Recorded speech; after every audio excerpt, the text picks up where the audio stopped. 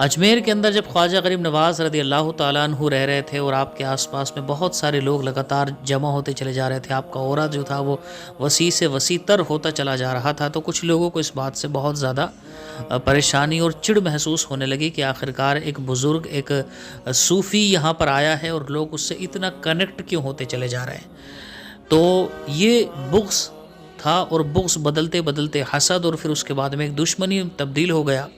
اور اس نوجوان نے اس بات کا فیصلہ کر لیا کہ میں ان کو قتل کر دوں گا، اور اس نے پوری منصوبہ بندی کر لی، اور اپنی پوستین میں اس نے خنجر کو چھپایا، اور پھر اس کے بعد میں عام لوگوں کی طرح خواجہ غریب نواز کی مجلس میں جا کر کے بیٹھ گیا۔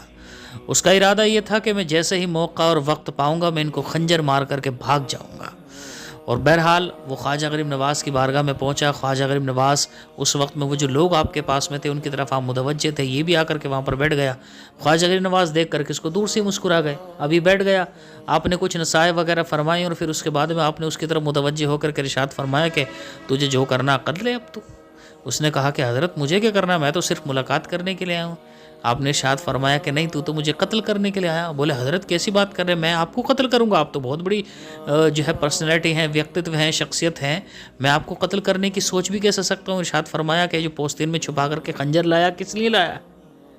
جیسے ہی اس نے یہ بات سنی کہ میرا ارادہ بھی بتا دیا انہوں نے کہ قتل کرنے آیا ہے، اور اس کے بعد میں یہ بھی بتا دیا کہ میں خنجر چھپا کر کے لے کر کے آیا ہوں۔ یہ کوئی جھوٹا بزرگ نہیں ہے،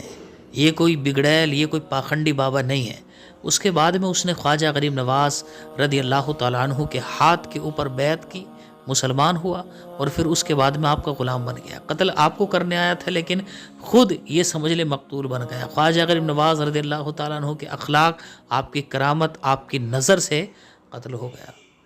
تو یہ خوش نصیب تھا، صحیح بات کہیں تو الحمدللہ اپنے انہی اخلاق کے ذریعے سے جس نے برا کیا اس کے ساتھ میں اچھا کیا، جس نے محروم کیا اس کو عطا کر دیا، جن لوگوں نے آپ کو ونچت رکھنے کی کوشش کی آپ نے اس کو عطا کرنا سکھایا۔ یہ خواجہ غریب نواز رضی اللہ تعالیٰ عنہ نے پورے ہندوستان کے اندر آ کر کے اس وقت میں روشنی بکھیر دی، اور آج بھی اس ہندوستان کی روشنی ہر ہر گھر میں ہم کو دکھائی دیتی ہے تقریباً اسی۔ اور مسلمان خواجہ غریب نواز رضی اللہ تعالیٰ عنہ کا خاص طور پر بہت زیادہ ریڑھی ہے۔ یہ مسلمانوں کی بڑی خوش نصیبی ہے ان کی، اب صرف مسلمان ہی نہیں، نون مسلم بھی ان سے بہت آستہ رکھتے ہیں اور جاتے ہیں بہت بڑی تعداد میں۔ ہم سب جانتے ہیں جب ہم وہاں پر جاتے ہیں تو وہاں پر مسلمانوں کی ایک طرف سے گنتی دکھائی دیتی ہے، تو نون مسلم کا بھی ایک بہت بڑا جماوڑا ہم کو ہمیشہ وہاں پر دکھائی دیتا ہے، کیونکہ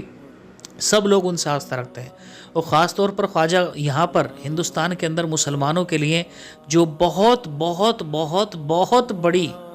شخصیت ہے، بہت بڑی آستھا کا کیندر ہے، وہ خواجہ غریب نواز رضی اللہ تعالیٰ عنہ۔ بلکہ میں تو کہتا ہوں کہ ہندوستان میں بسنے والے مسلمان کو کم سے کم اتنی تو کوشش کرنی چاہیے کہ جس خواجہ کے دربار پر بڑے بڑے ملکوں سے لوگ حاضری دینے کے لیے تڑپتے بلکتے ہیں، ہم لوگ خوش نصیب ہیں، کوشش کر کے کم سے کم اپنی زندگی میں ایک نہ ایک آدھ بار جو ہے ہم کو خواجہ غریب نواز کے دربار پر ضرور حاضری دینی چاہیے، اور خواجہ غریب نواز رضی اللہ تعالیٰ عنہ سے دعائیں کروانی چاہیے اللہ تعالیٰ کی بارگاہ میں۔ انشاءاللہ تبارک و تعالیٰ ہمیں امید ہے اپنی محبت کو ہم باقی رکھیں گے خواجہ غریب نواز سے، درگاہوں میں حاضری بھی دیں گے، نماز کی پابندی یہ سب بھی کریں گے، اپنی محبت کا اظہار بھی رکھیں گے۔ تو اللہ کے رسول کی حدیث پاک ہے کہ تو اسی کے ساتھ ہوگا قیامت میں جس سے تو محبت رکھے گا۔ ہم ان پرسنالٹیز کے ساتھ میں کنیکٹ رہیں گے نا، تو یہ ہمارا قبر میں بھی بیڑا پار کروا دیں گے، دنیا میں بھی، قبر میں بھی، اور حشر میں بھی انشاءاللہ تبارک و تعالی۔ اللہ تبارک و تعالی ہم سب کو اپنے محبوب بندوں سے محبت کرنے کی توفیق عطا فرمائے، اور ان کی سیرت پر عمل کرنے کی بھی توفیق عطا فرمائے۔